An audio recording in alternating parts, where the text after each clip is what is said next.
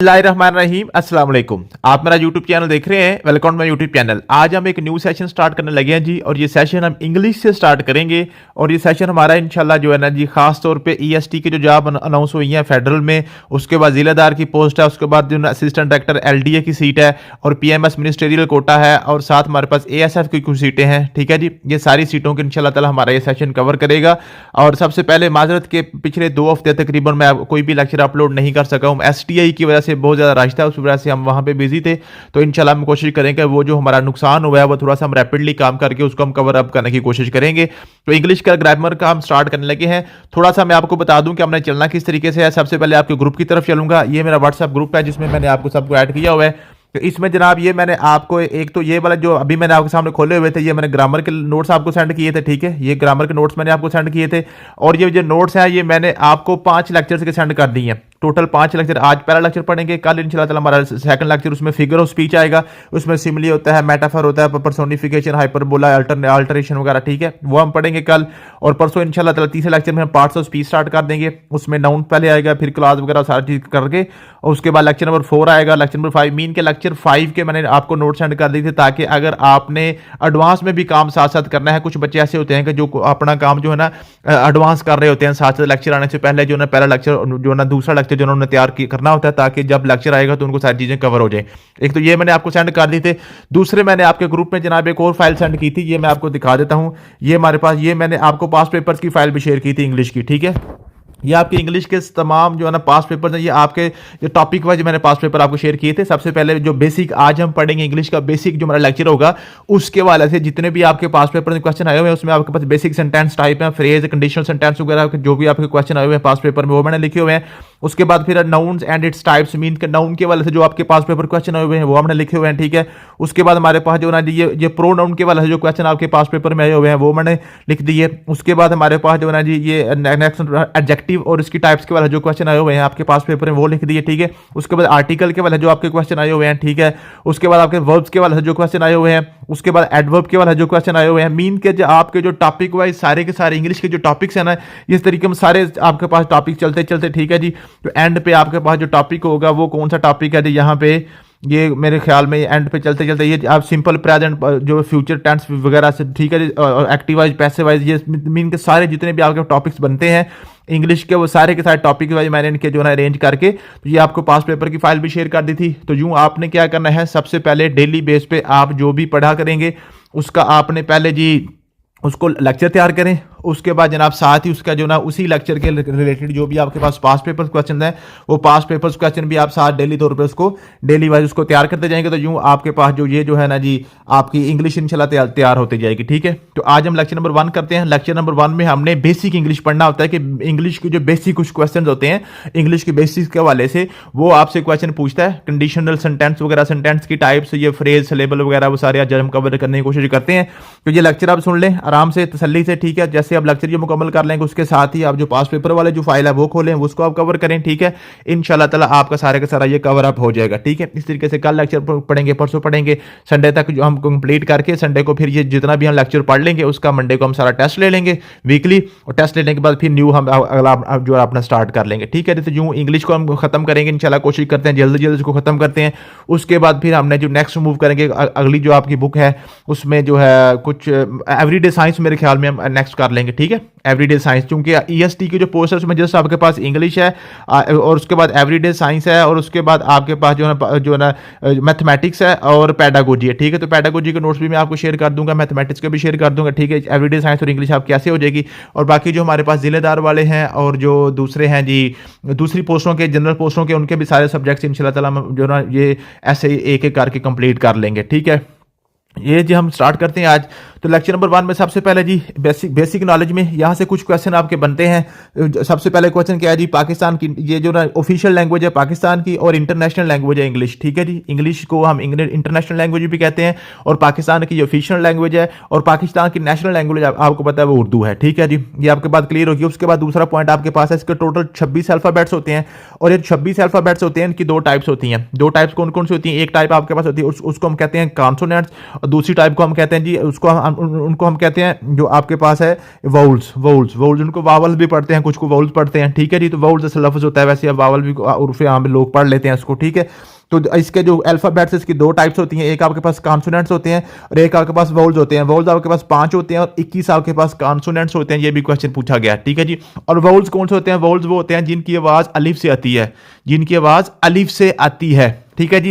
ए ई आई ओ you, ठीक है जी, ये इनकी आवाज अलिफ से आती है। ये हमारे पास क्या है जी, आप यू आप समझ रहे हो, ये तो ये से निकल रहा है। हालांकि यू जो है ना, यू जब यूज होगा ना जी, जैसे लिखा होता है जी अनकंफर्टेबल, अनएबल, तो यू जहां पे भी यूज होगा ये आवाज अलिफ की निकालता है, ठीक है। यूं ये भी आपके पास क्या है जी, ये आपके पास वाउल्स है।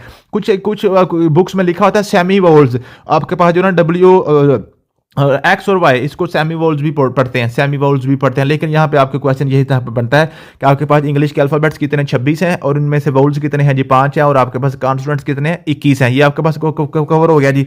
उसके बाद आपके पास है जी letter join to make a word, combination of word with no sense is called rubbish. ये भी क्वेश्चन पूछा जाता है कि अगर आपने फॉर एग्जांपल इंग्लिश के अल्फाबेट्स हैं, आपने इंग्लिश के alphabet for example A P P L E, ये आपने मिला दी आपस में, ये आपने कितने जी, आपने 5 अल्फाबेट्स को आपस में इकट्ठा लिखा तो ये एक वर्ड बन गया, ठीक है। लेकिन अगर आप इस तरीके से अल्फाबेट्स को मिलाएं, जैसे आपके पास ये ना ई पी एल ए ई ऐसे लिख देते हैं, ठीक है। अब इसकी कोई सेंस नहीं बन रही, कोई इसकी सेंस नहीं बन रही। ये भी हमने देखे 5 अल्फाबेट्स इकट्ठे किए हैं लेकिन इनकी कोई सेंस नहीं बन रही। तो जब आप कॉम्बिनेशन करते हैं अल्फाबेट्स का और इसका कोई किसी किस्म का जनाब इसकी कोई सेंस नहीं बनती, उसको हम कहते हैं रबिश, उसको हम कहते हैं रबिश। इसको उर्दू में कहते हैं मुखमल, ठीक है जी। मुखमल का क्वेश्चन अक्सर पूछा जाता है, मैंने देखा है, ठीक है जी। ये आपके पास बेसिक कुछ क्वेश्चन है। उसके बाद नेक्स्ट हम पढ़ते हैं जी word, phrase, sound, syllable, sentence, और ये चार के ये आपके पास कुछ टर्म्स यूज होती हैं इसमें, इस वजह से क्वेश्चन पूछ लेता है, ठीक है जी। और वर्ड किसे कहते हैं जी? वर्ड हम कहते हैं जनाब it is group of letters, for example union, apple, ant, fan, noun, verb वगैरह, ठीक है। ये आपके पास यूनियन ऑफ लेटर्स है। आप अल्फाबेट्स को इकट्ठा इस तरीके से करें कि उनकी कोई आपके पास कोई सेंसेबल जो फॉर्म बन रही हो। कॉम्बिनेशन ऑफ जिसकी नो सेंस हो वो आपके पास रबिश होता है, और जिसकी कोई सेंस बन रही होती है वो आपके पास लेटर होता है, उसको हम क्या कहते हैं जी? वर्ड कहते हैं, सॉरी, इसको हम क्या कहते हैं? वर्ड कहते हैं। फिर आपके पास है फ्रेज। अब देखिए आपके पास 26 लेटर्स हैं। अब लेटर्स आप इकट्ठे करके लिखते हैं तो एक वर्ड बन जाता है। अब 2 या 2 से ज्यादा वर्ड्स को आप इकट्ठे करेंगे ना जी, 2 या 2 से ज्यादा वर्ड्स को आप जब इकट्ठा करेंगे तो फिर आपके पास वो या तो फ्रेज बनेगा, या आपके पास जो ना क्लॉज बनेगा, या आपके पास सेंटेंस बनेगा। अब नेक्स्ट हम चलते हैं वो कौन सी चीजें होती हैं। अब अगर आप जो है ना जी वर्ड्स को इकट्ठा करते हैं, वर्ड्स को आप इकट्ठा करते हैं तो it is group of words having no subject verb combination. Means कि अगर आप वर्ड्स को ऐसे इकट्ठा करें कि उनकी कोई सेंस ना बन रही हो। अब देखिए ना, आपने लेटर्स को इकट्ठा किया और उसकी कोई सेंस नहीं बनी, उसको हमने रबिश कह दिया। अगर लेटर्स को इस तरीके से इकट्ठा किया कि उनकी कोई सेंस बन गई, उनको हमने वर्ड कर दिया।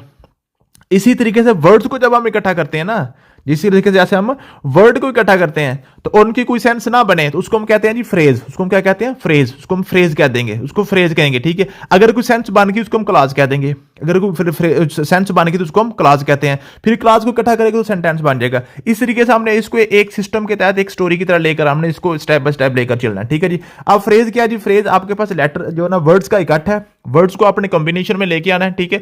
और ऐसा वर्ड में कॉम्बिनेशन जिसमें सब्जेक्ट वर्ब दोनों मौजूद नहीं होते, मीन के दोनों इकट्ठे मौजूद नहीं होगा, सब्जेक्ट वर्ब कॉम्बिनेशन मौजूद नहीं होगा। मींस कि आपने इस तरीके से वर्ड्स को इकट्ठा किया, उसमें या तो सब्जेक्ट गायब होगा या वर्ब गायब होगा, ठीक है। ये दोनों इकट्ठे नहीं आएंगे, ये इकट्ठे कभी भी नहीं आएंगे। ये आपका फ्रेज होता है। अगर सब्जेक्ट और वर्ब दोनों इकट्ठे आ जाएं, इसका मतलब वो आपका फ्रेज नहीं रहा, वो आपका क्लॉज बन गया, या आपका वो सेंटेंस बन गया। अब आगे जाके बातें करते हैं हम जो ना इनकी टाइप्स क्या होती हैं, क्लॉज क्या होता है, सेंटेंस क्या होता है, ठीक है। ये सारी हम इंशाल्लाह करने की कोशिश करते हैं। उसके बाद आपका पता है साउंड। साउंड हम किसे कहते हैं जी?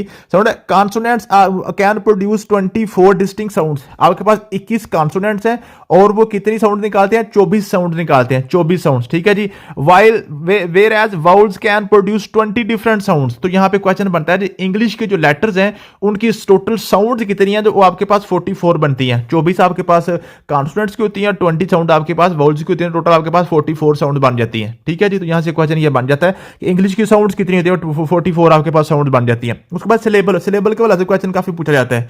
सिलेबल का क्वेश्चन वो है कि आपके पास इंग्लिश का ऐसा लेटर, इंग्लिश के लेटर में जहां पे आपकी आवाज चेंज होती है, जहां पे आपकी आवाज में स्ट्रेस आता है, वो उसको हम सिलेबल कहते हैं। जैसे for example a part of word that can pronounce separately, means के जहां पे आपने आपकी आवाज में और चढ़ाव आता है, आपकी आवाज जो ना अलग एक आवाज होती है। जैसे फॉर एग्जांपल आपके पास लिखा हुआ है कैटेगरी, कैटेगरी। अब कैटे में कै अलग लफ्ज है, ठीक है जी, टे अलग है, ग अलग लफ्ज है, री अलग लफ्ज है, अलग आवाज निकल रही है, ठीक है जी। तो एक लफ्ज में कितनी आवाजें निकलती हैं ना, उनको हम सिलेबल कहते हैं, उनको हम सिलेबल कहते हैं। तो कैटेगरी, कैटेगरी में क्या है जी कि आपके पास कैट एक है, टे अलहदा है, ग अलहदा है और री अलहदा है, इसमें 4 आपके पास सिलेबल आ गए, ठीक है जी। तो यहां से क्वेश्चन वो पूछता है कि जनाब आपके पास है जी a part of word that can pronounce separately, जिसकी एक अपनी अलहदा शनाख्त होती है।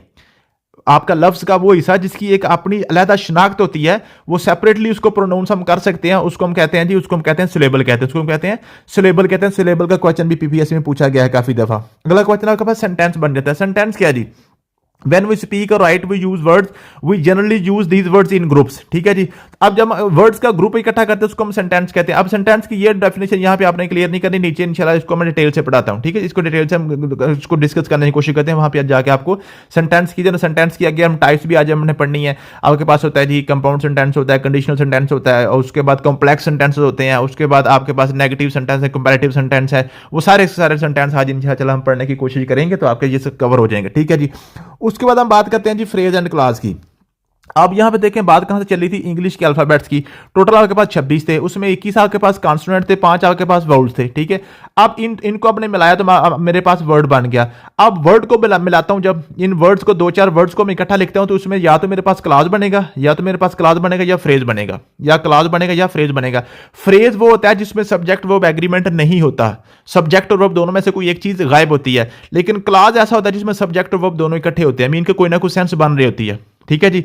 अब फ्रेज, फ्रेज क्या होता है जी? फ्रेज आपके पास है जी examine the group of word in a corner. आप देखें इन आ कॉर्नर। अब इसमें क्या है, इसमें इन आ कॉर्नर में आपको किसी किस्म का कोई वर्ब नजर नहीं आ रही, किसी किस्म का कोई वर्ब आपको नजर नहीं आ रहा। कॉर्नर क्या है जी? की जगह का नाम है, ठीक है। ये सब्जेक्ट आपको नजर आ रहा है या ऑब्जेक्ट नजर आ रहा है, ठीक है जी, नाउन नजर आ रहा है आपको, लेकिन यहां पे आपको वर्ब नजर नहीं आ रही किसी किस्म की, ठीक है। तो ये आपके पास क्या है जी? ये आपके पास फ्रेज है। It makes sense but not complete sense. जो आपके पास फ्रेज है ये सेंस बनाती है लेकिन कंप्लीट सेंस नहीं देती। इसमें आपके पास सब्जेक्ट और वर्ब दोनों चीजें मौजूद नहीं होती। किसी भी सेंटेंस को आपने मुकम्मल करने के लिए उसमें सब्जेक्ट और उसके साथ उसका वर्ब, मीन के काम और काम करने वाला, ठीक है जी। काम, वर्ब हम काम को कहते हैं और सब्जेक्ट कहते हैं काम करने वाले को। कोई बंदा है और उसने क्या काम किया है, ठीक है जी। काम और काम करने वाला दोनों जब मौजूद होते हैं तो फिर आपका सब्जेक्ट होता है ना, जो आपका जो सेंटेंस होता है उसमें आपके पास कोई ना कोई सेंस बन रही होती है, ठीक है जी। Such group of words is called phrase, ठीक है जी। तो ऐसे ग्रुप ऑफ वर्ड है, वर्ड्स को इकट्ठा लिखें और उनकी किसी किस्म की सेंस कंप्लीट ना बने, सेंस कंप्लीट ना बने, उसमें सब्जेक्ट और वर्ब दोनों में से कोई एक चीज गायब हो, उसको हम कहते हैं जी फ्रेज। उसको हम क्या कहते हैं जी? फ्रेज कहते हैं, ठीक है जी। उसके बाद आपके पास है जी, या थोड़ा सा मैं इंटरनेट को बंद कर लूं ताकि यहाँ अंदर कालें आ रही हैं, ठीक है जी। उसके बाद हम कहते हैं फ्रेज की एग्जांपल्स पढ़ लेते हैं जी। The sun rises in the east. अब देखें इन द ईस्ट आपके पास क्या है जी? इन द ईस्ट आपके पास ये ऑब्जेक्ट तो नजर आ रहा है, नाउन तो आपको नजर आ रहा है, ठीक है, लेकिन इसमें आपके पास वर्ब नजर नहीं आ रही। तो ये समझ लें कि आधा सेंटेंस जो है ना, आधा सेंटेंस आपके पास वो आपके पास फ्रेज है। आपके पास ये सारी फ्रेज की आपके पास एग्जाम्पल है, इसको पढ़ लीजिएगा। तो फ्रेज वो होते हैं जिसमें किसी किस्म का जो ना आपको मुकम्मल सेंटेंस नहीं मिलता, मुकम्मल इंफॉर्मेशन आपको नहीं मिलती। उसके बाद आता है class. When a group of word form a part of sentence that contain both subject and predicate. क्या मतलब है? सब्जेक्ट भी मौजूद हो और उसकी प्रेडिक्शन भी मौजूद हो, प्रेडिकेट भी उसका मौजूद हो, मीनिंग उसकी वर्ब भी मौजूद हो, उसकी वर्ब भी मौजूद हो, सब्जेक्ट और वर्ब दोनों का एग्रीमेंट मौजूद हो, तो फिर उसको हम क्या कहते हैं? वो हमारा क्लास बन जाता है। वो हमारा क्या बन जाता है जी? क्लास बन जाता है हमारा, ठीक है। तो अगर सब्जेक्ट और वर्ब दोनों में से कोई एक चीज गायब हो तो आपके पास फ्रेज होता है। अगर दोनों में से दोनों चीजें मौजूद हो तो फिर आपके पास वो क्या बन जाता है? क्लास बन जाता है। वो क्या बन जाता है जी? क्लास बन जाता है। मुझे उम्मीद है कि इनकी चीजों की बातों की आपको समझ आ रही होगी, ठीक है। एग्जाम्पल लिखी हुई है। उसके बाद टाइप्स ऑफ फ्रेज है। फ्रेज की टाइप्स कौन कौन सी होती है? नाउन फ्रेज होता है, उसके बाद एडजेक्टिव फ्रेज है, उसके बाद एडवर्ब फ्रेज है, उसके बाद प्रेपोजिशनल फ्रेज है, उसके बाद क्लास की आपके पास टाइप्स हैं। नाउन क्लास है, एडजेक्टिव क्लास है, उसके बाद एडवर्ब क्लास है, उसके बाद अब ये जो चीजें है ना, ये नाउन क्लास, एडजेक्टिव क्लास वगैरह, वर्ब क्लास, ये इंशाल्लाह ताला आपको तीसरे लेक्चर में जाके मैं कवर कराऊंगा, ठीक है। यहाँ पे अगर मैं यहाँ पे ये चीजें करवाने को तो ये शायद आपको समझ ना आए, क्योंकि जब तक आपको पार्ट्स ऑफ स्पीच कवर नहीं ना होंगे तब तक ये चीजें आपके कवर नहीं होंगी, ठीक है। ये थोड़ा सा इसको आप पेंडिंग करें, इंशाल्लाह तीसरे लेक्चर में जाके चीजें आपके कवर हो जाएंगी। नेक्स्ट आज हमने जो करना है वो आपके पास है जी, ये आपके पास है यहाँ पे two mains of class. Class की जो 2 टाइप्स है ना, ये मेन टाइप्स ये आज हमने करनी है, ठीक है। क्लास की आपके पास 2 टाइप्स हैं। अब क्लास में आपके पास है एक है डिपेंडेंट क्लास और एक आपके पास है इंडिपेंडेंट क्लास। अब डिपेंडेंट और इंडिपेंडेंट क्लास में क्या फर्क है? आपका एक जो सेंटेंस है ना जी, एक सेंटेंस मुकम्मल सेंटेंस आपके पास है, ठीक है। सेंटेंस के दो टाइप्स होते हैं, एक आपके पास है जो डिपेंडेंट, एक होता है इंडिपेंडेंट। मीन के एक हिस्सा ऐसा होता है जो दूसरे हिस्से के ऊपर डिपेंड कर रहा होता है, जब तक दूसरा हिस्सा उसमें आप ऐड नहीं करते तब तक आपकी इंफॉर्मेशन मुकम्मल नहीं होती। उसके क्या मतलब है देखें जी, आपके पास है जी also known as subordinate class, do not express a complete thought and can not stand alone with as a sentence. आप कोई एक फिक्रा लिखते हैं, ठीक है जी, फिक्रे में नेक्स्ट किसी चीज की गुंजाइश होती है। मीन के फिक्रा वो जो आपने लिखा है, जो सेंटेंस लिखा है, वो अभी डिमांड कर रहा होता है इंफॉर्मेशन के, जनाब इसमें कुछ और चीजें ऐड करें ताकि मेरी इंफॉर्मेशन मुकम्मल हो।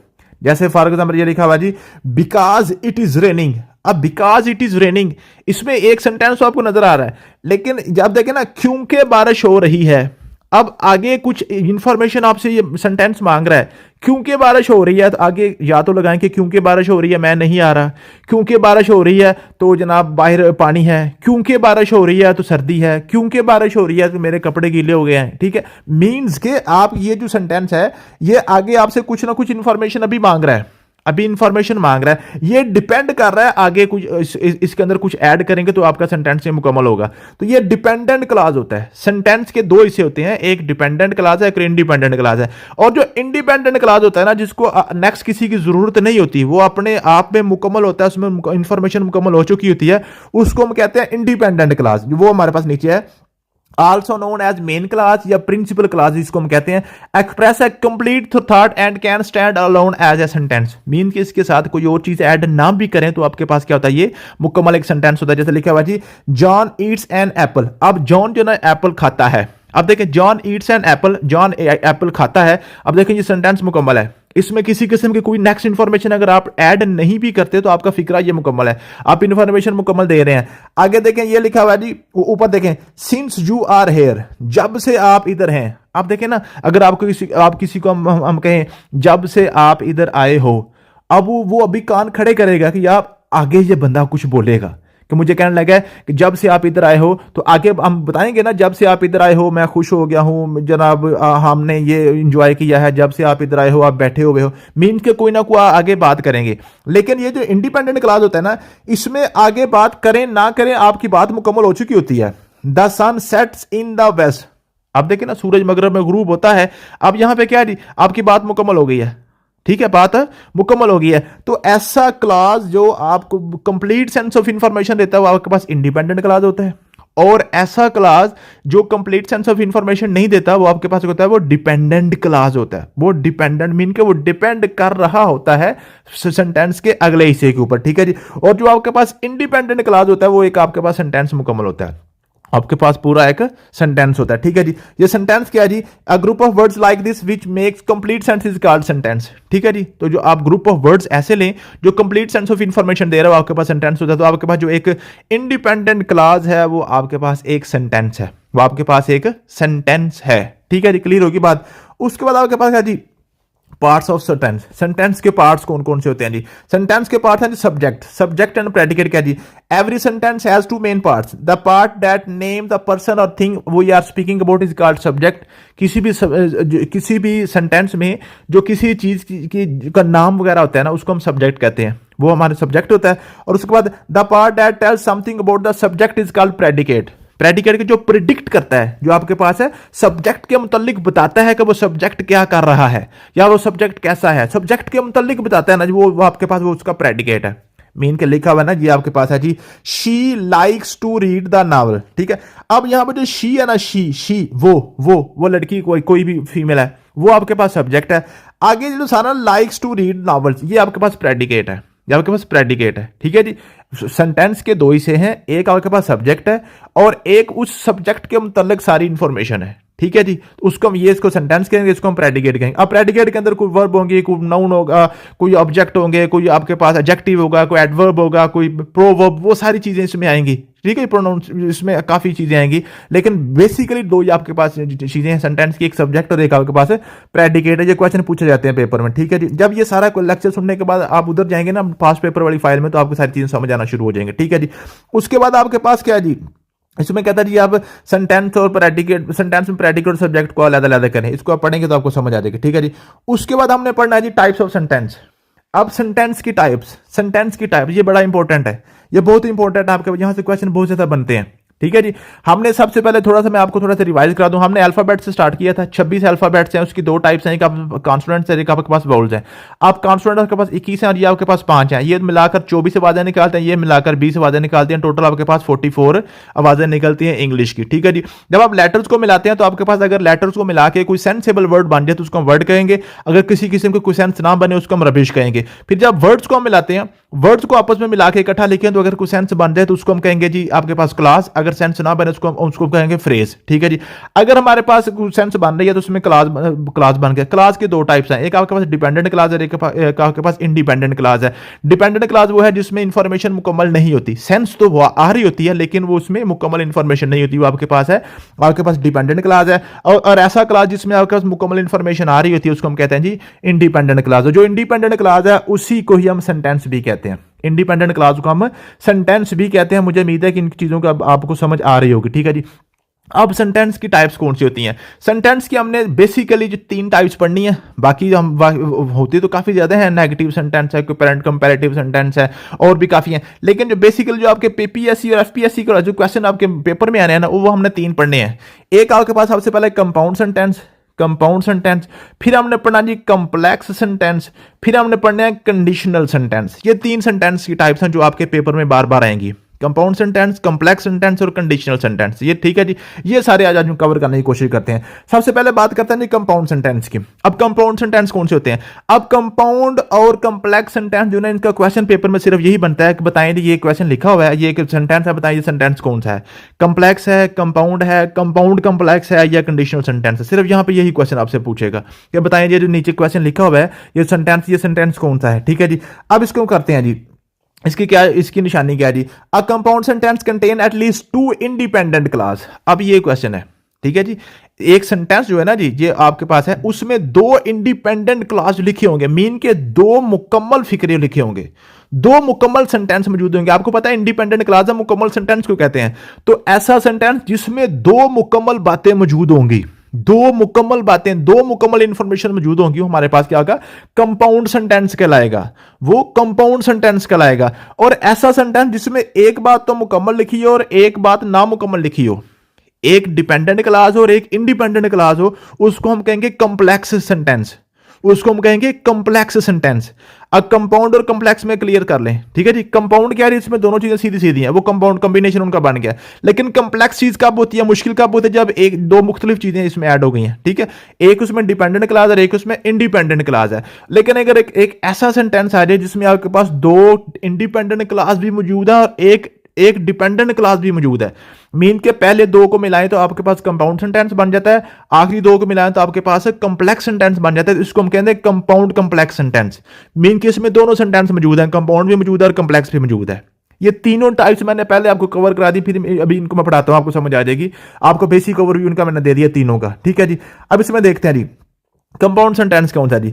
अ compound sentence contains at least 2 independent class, 2 independent class इसमें मौजूद होंगे, ठीक है जी। They class are joint by coordinating conjunctions, और ये दोनों क्लास आपस में कंजंक्शन से मिले होते हैं। उसमें आप जब हम पार्ट्स ऑफ स्पीच पढ़ेंगे तो वहां पर जाकर कंजंक्शन को भी बड़ी डिटेल से हम पढ़ेंगे इंशाल्लाह ताला, बड़ी डिटेल से पढ़ेंगे कंजंक्शन को। इसमें for, and, nor, not, but, or, yet, so, semicolon वगैरह ये सारे आपके पास कंजंक्शन है, ठीक है जी। कंजंक्शन से 2 सेंटेंस को आपने मिलाया होता है, ठीक है। कैसे? फॉर एग्जाम्पल लिखा हुआ है जी, I try to speak in Spanish and my friend try to speak English. अब देखें मैंने क्या किया जी, इंग्लिश स्पेनिश को बोलने की कोशिश की और मेरे फ्रेंड ने जनाब इंग्लिश बोलने की कोशिश की। अब देखें ये भी आप मुकम्मल एक फिक्रा है, ये भी एक मुकम्मल फिक्रा है, और दोनों को हमने कहां से मिलाया हुआ है? एंड से। दोनों के किससे साथ मिलाया हुआ है? एंड से। तो ये आपके पास इंडिपेंडेंट क्लास है, ये भी एक इंडिपेंडेंट क्लास है, दरमियान में हमने एक कंजंक्शन लगाया हुआ है एंड, तो इन्होंने दोनों को आपस में मिलाया हुआ है। ये आपके पास कंपाउंड सेंटेंस है, ठीक है जी। ये हमारे पास कंपाउंड सेंटेंस है। इस तरीके से कॉम्प्लेक्स सेंटेंस क्या है जी? A complex sentence contain 1 independent clause and at least 1 dependent clause। इसमें एक तो मुकम्मल बात होती है और एक नामुकम्मल बात होती है, ठीक है। इसका एग्जांपल देखते हैं, because it was raining we stayed indoor. अब देखें वी स्टेड इंडोर, हम अंदर रहे, हम अंदर रहे, ठीक है। अब देखें वी स्टेड इंडोर तो आपके पास मुकम्मल एक सेंटेंस है, लेकिन बिकॉज इट वाज रेनिंग, क्योंकि बारिश हो रही थी, अब जब हम किसी को कहते हैं ना क्योंकि बारिश हो रही थी, वो बंदा कान खड़े करता है यार आगे भी कुछ बात करेगा ये, ठीक है। ये आपके पास इंडिपेंडेंट क्लॉज है और ये आपके पास डिपेंडेंट क्लॉज है, ठीक है। और इनको आपने इनको आपस में इकट्ठा लिखा हुआ है, ठीक है। तो ये आपके पास कॉम्प्लेक्स सेंटेंस बन गया। ये आपके पास क्या बन गया? कॉम्प्लेक्स सेंटेंस बन गया। कंपाउंड में दोनों चीजें बराबर होती हैं, दोनों मुकम्मल आपके पास होते हैं, इंडिपेंडेंट क्लॉज होते हैं। लेकिन कॉम्प्लेक्स में एक आपके पास डिपेंडेंट होता है और एक आपके पास इंडिपेंडेंट होता है, ठीक है जी। तो आपके पास कॉम्प्लेक्स सेंटेंस है। I shall make dinner when I get home, ठीक है जी। आई शैल मेक डिनर, ठीक है। अब व्हेन आई गेट होम, अब इनको दोनों का आपने मिलाया हुआ है, ठीक है जी। व्हेन आई गेट होम, जब मैं घर आई, ठीक है जी। या मैं जब मैं घर जाती हूं, तो आप क्या कहता है जी? आई शैल मेक, मैं डिनर बनाऊंगी, ठीक है जी। तो ये आपके पास होता है कि आपके पास कॉम्प्लेक्स और कंपाउंड में सिर्फ आपने फर्क देखना होता है। आपसे पूछेगा बताएं ये आपके पास जो सेंटेंस लिखा हुआ है ये कंपाउंड है कि कॉम्प्लेक्स है, ठीक है जी। आगे बात करते हैं कंपाउंड कॉम्प्लेक्स सेंटेंस। इसमें आपके पास दोनों आ जाएंगे। इसमें आपके पास तीन हिस्से होंगे फिक्रे के, तीन हिस्से फिक्रे के होंगे। इनमें से दो आपके पास इंडिपेंडेंट होंगे, दो और एक डिपेंडेंट होगा। अब इन दोनों को मिलाएं इकट्ठा, तो ये एक डिपेंडेंट और एक इंडिपेंडेंट, तो ये आपके पास कॉम्प्लेक्स सेंटेंस बन गया। अब इन दोनों को अगर इकट्ठा पढ़ें तो ये दोनों इंडिपेंडेंट है, ये आपके पास कंपाउंड बन गया। इसका मतलब है ये इसमें कंपाउंड भी है और कॉम्प्लेक्स भी है। इसको हम कहते हैं कंपाउंड कॉम्प्लेक्स सेंटेंस। इसको हम कहते हैं जी कंपाउंड कॉम्प्लेक्स सेंटेंस, ठीक है जी। इसके एग्जांपल देखें। A compound complex sentence contains at least two independent and at least one dependent clause, ठीक है जी। दो इसमें इंडिपेंडेंट होते हैं और एक इसमें डिपेंडेंट क्लॉज होता है, ठीक है जी। तो ये आपके पास हो गया कंपाउंड कॉम्प्लेक्स सेंटेंस, ठीक है जी। I wanted to play outside but it started to rain so I decided to read a book instead, ठीक है। अब देखिए इसमें but it started to rain, I wanted to play outside. I decided to read a book instead. ठीक है जी। I decided read a book instead. मैंने उसकी जो ना की जगह पे बुक रीडिंग मैंने डिसाइड कर ली। किसकी वजह से? अब ये आपके पास डिपेंडेंट है या इंस्टेड जो ना इंस्टेड इसको डिपेंडेंट बना रहा है, क्योंकि हमें वो कह रहा ना मैंने उसकी बजाय बुक रीडिंग शुरू कर दी। अब किसकी बजाय? पीछे जनाब ये दो आपके पास हैं, ठीक है। तो ये आपके पास इंडिपेंडेंट और एक डिपेंडेंट बन गया। तो ये आपस में मिलकर क्या बन गया जी? Compound complex sentence. तो ये भी एक निशानी याद कर लें, जिस फिक्रे में तीन हिस्से होंगे वो आपका कंपाउंड कॉम्प्लेक्स सेंटेंस होगा, ठीक है जी। समझ आ गई है। उसके बाद आपके पास आता है कंडीशनल सेंटेंस। कंडीशनल सेंटेंस कौन से होते हैं? कंडीशनल सेंटेंस कंडीशन से स्टार्ट होते हैं, इफ या वेदर से स्टार्ट होते हैं, इफ या वेदर से स्टार्ट होते हैं। और इसकी आपके पास चार टाइप्स होती हैं, zero conditional, first conditional, second conditional, third conditional, ठीक है जी। ये चारों हम पढ़ेंगे इंशाल्लाह ताला भी, ठीक है। अब यहां पे क्या इसके वाले से क्वेश्चन कैसे आएगा? कंडीशनल सेंटेंस के वाले से क्वेश्चन आपका सेंटेंस दे के पूछेगा और एक ही साथ यह अगर अगला हिसाब से कहेगा ये बनाएं। इसकी वर्ब खास तौर पे आपने लिखना होता है कि first form, second form, third form कौन सी लगनी है। इसमें ये क्वेश्चन आता है। कंपाउंड कॉम्प्लेक्स वगैरह में सिर्फ सेंटेंस दे के पूछता है बताएं ये कौन सा सेंटेंस है। और कंडीशनल सेंटेंस में आपसे क्वेश्चन सेंटेंस बनवाता है आपसे। वो कैसे बनवाता है जी? अब आपके पास कंडीशन सेंटेंस कौन सी है? A condition sentence is a type of sentence that express a hypothetical situation or condition that must be met for something else to happen. एक हिपोथेटिकल, एक फर्जी एक आपके पास सिचुएशन होती है कि अगर ये हुआ तो वो हो जाएगा, अगर ये होता तो मैं ये कर लेता, अगर ये किया होता तो अब ये ना होता। मीन के एक हिपोथेटिकल सिचुएशन होती है, एक आपके पास फर्जी सिचुएशन होती है। कंडीशनल सेंटेंस होती है, कंडीशन मीन के कोई शर्त होती है, अगर ये काम हुआ तो अगला काम होगा, ठीक है जी। कोई भी काम है पिछले काम से वो क्या होता है, उसकी कंडीशन लगाई होती है, ठीक है जी। अब इसमें क्या होता है जी? Condition sentence typically consist of two main parts, the dependent clause also known as if clause and conditional clause and the independent clause known as main clause. और आपके पास क्या होता है जी? इसको हम कहते हैं जी रिजल्ट क्लॉज। इसमें आपके पास बेसिकली ये आपके पास ये कॉम्प्लेक्स सेंटेंस ही एक होता है, लेकिन ये इफ से स्टार्ट होता है, इफ ये या वेदर से स्टार्ट होता है। इसमें एक आपके पास डिपेंडेंट क्लॉज होता है जो डिपेंड कर रहा होता है अगले पे, ठीक है जी। या आपके पास जो ना डिपेंडेंट क्लॉज आगे लिखा होगा जो पिछले के ऊपर डिपेंड कर रहा होगा, ठीक है जी। तो ये बेसिकली जो आपके पास कंडीशनल सेंटेंस है ये आपके पास कॉम्प्लेक्स सेंटेंस की ही टाइप है, लेकिन ऐसा कॉम्प्लेक्स सेंटेंस जो इफ या वेदर से स्टार्ट होता है, ठीक है। इसमें एक डिपेंडेंट क्लॉज होता है और एक आपके पास इंडिपेंडेंट क्लॉज होता है। अब इसकी कुछ टाइप्स आपके पास होती हैं जी। टाइप्स को सबसे पहले आपके पास जीरो कंडीशनल। अब जीरो कंडीशनल कौन सा होता है जी? जीरो कंडीशनल वो होता है जो आपके पास यूनिवर्सल ट्रूथ होते हैं, जो यूनिवर्सल ट्रूथ होते हैं, जो जिन्होंने होना ही होना है, जो होने ही होने हैं, जैसे if you heat water at 100 degree centigrade it boils. अब देखें ये यूनिवर्सल ट्रूथ है, जब आप पानी को 100 डिग्री पे हीट करते हैं तो वो बॉयल कर जाता है, ठीक है, ये यूनिवर्सल ट्रूथ है, ये होना ही होना है, ठीक है जी। तो अब ये जो आपके पास होते हैं ना, ये यूनिवर्सल ट्रूथ, ये हमेशा आपके पास प्रेजेंट टेंस में होते हैं, प्रेजेंट इंडेफिनिट, इसको सिंपल प्रेजेंट भी कहते हैं, सिंपल प्रेजेंट भी कहते हैं, जिसमें आपने जो है ना, जो आप अगर आप सिंगुलर नाउन है तो उसके बाद एस का इजाफा करना है, अगर प्लूरल है तो उसमें एस का इजाफा आपने नहीं करना, मीन्स कि आपने फर्स्ट फॉर्म ही यूज करनी है। जीरो कंडीशनल में हमेशा आपने सेंटेंस के दोनों टाइप्स में आपने फर्स्ट फॉर्म का इस्तेमाल करना है। यहां से क्वेश्चन यही आपसे पूछेगा, तो आपने देखना है अगर आपको जीरो कंडीशनल का क्वेश्चन दे रहा है उसमें आपने सिर्फ फर्स्ट फॉर्म यूज करनी है, फर्स्ट फॉर्म यूज करनी है। क्वेश्चन क्या पूछेगा, if you mix blue and yellow you get green, ठीक है। अब देखें ब्लू और येलो को हम जब मिलाते हैं तो वो ग्रीन ही बनता है, वो ग्रीन ही बनता है, ठीक है जी। अब यहां पे वो आपसे क्वेश्चन पूछेगा यू और डैश ग्रीन, तो ये get, got, gotten, have got, ऐसे आपसे पूछेगा, ठीक है। तो आपने ये क्लियर कर लेना, ये आपके पास, चूंकि ये आपके पास एक यूनिवर्सल ट्रूथ है, हमेशा इसमें आपने फर्स्ट फॉर्म लगानी है गेट, क्योंकि यू के साथ आप गेट लगाते हैं, इसमें किसी किस्म का कोई एस का इजाफा नहीं होता। मुझे उम्मीद है कि आपको इस बात की समझ आ गई होगी, ठीक है। अगला जी आपके पास फर्स्ट कंडीशनल है। अब फर्स्ट कंडीशनल में क्या होता है जी, first conditional real possibility in the present और फ्यूचर।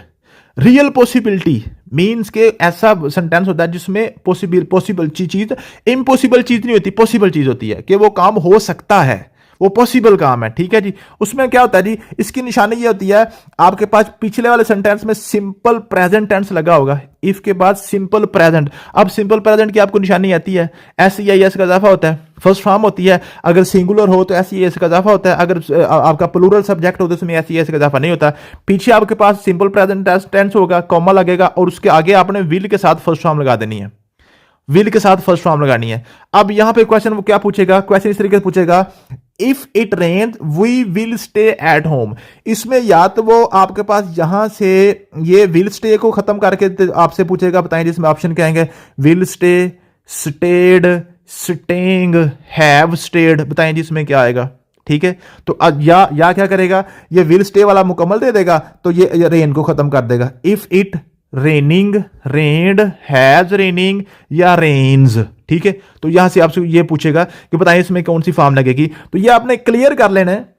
जब पीछे आपके पास सिंपल प्रेजेंट हो तो आगे आपके पास विल के साथ फर्स्ट फॉर्म आती है, अगर आगे विल के साथ फर्स्ट फॉर्म मौजूद है इसका मतलब पीछे आपके पास आप प्रेजेंट टेंस आना है। दोनों में से कोई एक चीज दी होगी तो आपने इनका कॉम्बिनेशन याद कर लेना, पीछे प्रेजेंट टेंस है, प्रेजेंट सिंपल प्रेजेंट जिसको प्रेजेंट डेफिनेट भी कहते हैं, आगे विल के साथ फर्स्ट फॉर्म, आगे विल के साथ फर्स्ट फॉर्म, ठीक है जी। ये दोनों में से एक बात वो एक दी होगी एक नहीं दी होगी, पक्की बात याद कर लें। अगर पीछे सिंपल प्रेजेंट है आगे विल के साथ फर्स्ट फॉर्म, आगे विल के साथ फर्स्ट फॉर्म है, पीछे सिंपल प्रेजेंट आ जाएगा, ठीक है जी। समझ आ गई है, मुझे उम्मीद है कि आपको समझ आ गई होगी। क्या लिखा जी, if you don't wear a coat you shall get cold. अब देखिए यू डू नॉट क्या होता है, सिंपल प्रेजेंट होता है जी। तो आपके पास यू विल गेट या you shall gate, you will भी लगता है, शैल भी लग जाता है, इसकी आपने परेशानी होना। तो गेट के साथ फर्स्ट फॉर्म, विल शैल के साथ फर्स्ट फॉर्म लगती है, ठीक है। तो ये आपने बात क्लियर कर लेनी है। आगे आपके पास सेकंड कंडीशनल। अब सेकंड कंडीशनल में क्या होगा जी, पीछे आपके पास इफ के साथ सेकंड फॉर्म लगी होगी, इसको हम कहते हैं जी सिंपल पास्ट टेंस लगा होगा, सेकंड फॉर्म पीछे लगी होगी। अगर पीछे सेकंड फॉर्म लगी हुई है तो आगे आपके पास वुड के साथ फर्स्ट फॉर्म लगानी है, वुड के साथ फर्स्ट फॉर्म लगानी है। क्लियर होगी बात, पीछे अगर फर्स्ट फॉर्म है प्रेजेंट टेंस है, आगे आपके पास विल के साथ फर्स्ट फॉर्म। अगर पीछे आपके पास सेकंड फॉर्म है मीन के सिंपल पास्ट टेंस है, आगे फिर वुड के साथ फर्स्ट फॉर्म, वुड के साथ फर्स्ट फॉर्म, विल के साथ फर्स्ट फॉर्म और वुड के साथ फर्स्ट फॉर्म कब आनी है आपके पास। ये थोड़ा सा आपको दोबारा मैं करवा दूं, जीरो कंडीशनल में आपके पास क्या जी, बिल्कुल कुछ भी कंडीशन नहीं है, सारा का सारा प्रेजेंट में रहना, सारे आपके पास यूनिवर्सल ट्रूथ है। फर्स्ट कंडीशन में पीछे आपके पास सिंपल प्रेजेंट है, आगे विल के साथ फर्स्ट फॉर्म। सेकंड कंडीशन में पीछे आपके पास सिंपल पास्ट है मीन के सेकंड फॉर्म लगी हुई है, आगे आपके पास वुड के साथ फर्स्ट फॉर्म, वुड के साथ फर्स्ट फॉर्म, वुड के साथ फर्स्ट फॉर्म, ये आपका सेकंड कंडीशनल है। If I had $1 million I would buy a new house, ठीक है जी।